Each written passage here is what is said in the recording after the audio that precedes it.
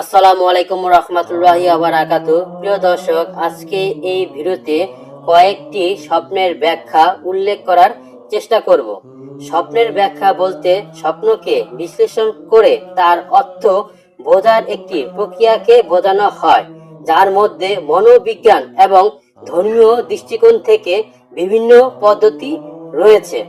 প্রিয় দর্শক, এখন আমরা জানবো কোন কোন স্বপ্ন দেখলে কি হয়। তার আগে একটা কথা বলে নেই, ভালো স্বপ্ন সব সময় আল্লাহ পাকের পক্ষ থেকে হয় এবং খারাপ যত স্বপ্ন আছে সব স্বপ্ন শয়তানের পক্ষ থেকে হয়। যখন কোনো ব্যক্তি খারাপ স্বপ্ন দেখবে তখন তার উচিত দান সদকা করা এবং নিজেকে আল্লাহর দিকে ফিরিয়ে নিয়ে আসা। তো মুমিন মুত্তাকিন ভাই ও বোনেরা, এখন কয়েকটি স্বপ্নের ব্যাখ্যা উল্লেখ করব। এক, স্বপ্নে নিজেকে মারা যেতে দেখলে বুঝবেন আপনার হৃদয় কঠিন হয়ে যাচ্ছে এবং আপনি আল্লাহর কাছ থেকে দূরে সরে যাচ্ছেন। দুই, স্বপ্নে আপনাকে কেউ পেছন থেকে আঘাত করলে বুঝবেন আপনার সাথে কেউ প্রতারণা করছে।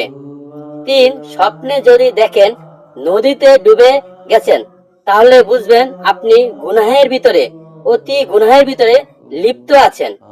চার, স্বপ্নে খাবার খেতে দেখলে বুঝবেন আল্লাহ আপনাকে যে রিজিক দিয়েছে তা হালাল করে খান।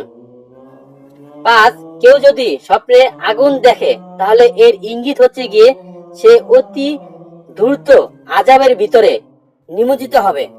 কেউ যদি স্বপ্নে সাপ দেখে তাহলে শত্রু বা বিপদের ইঙ্গিত।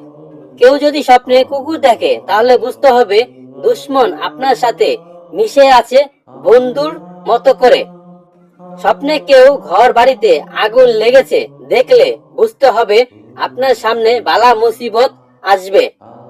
স্বপ্নে অন্ধকার দেখলে বুঝতে হবে বিপদ অতি নিকটে।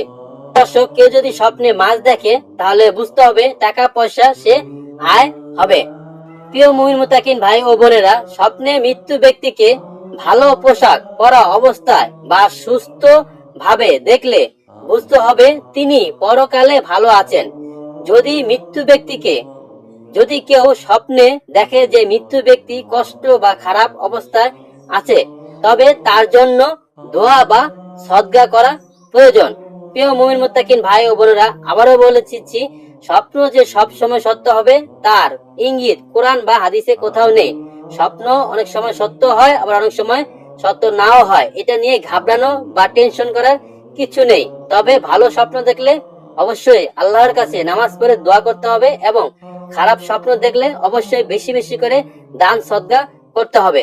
প্রিয় মুসলমান ভাই ও বোনেরা, অল্প কয়েকটি স্বপ্নের ব্যাখ্যা দেওয়ার চেষ্টা করেছি। ভিডিওটি ভালো লেগে থাকলে চ্যানেলটিকে সাবস্ক্রাইব করে দিবেন।